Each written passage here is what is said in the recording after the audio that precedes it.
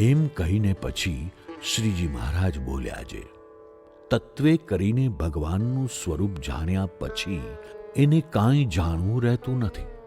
તે તત્વે કરીને જાણ્યાની રીત કહીએ તે સાંભળો. જે સાંભળીને પરમેશ્વરના સ્વરૂપનો અડગ નિશ્ચય થાય છે. જે પ્રથમ તો એને ભગવાનની મોટાઈ જાણવી જોઈએ.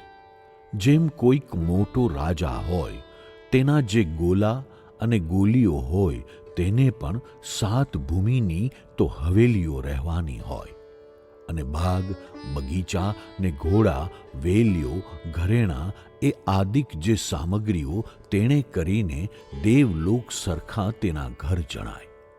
ત્યારે તે રાજાનો જે દરબાર તથા તેમાં જે સામગ્રીઓ તે તો અતિ શોભાયમાન હોય. તેમ શ્રી પુરુષોત્તમ ભગવાનની આજ્ઞામાં વર્તતા એવા જે બ્રહ્માંડના અધિપતિ બ્રહ્માદિક તેના જે લોક અને તે લોકના વૈભવ તેનો પાર પમાતો નથી.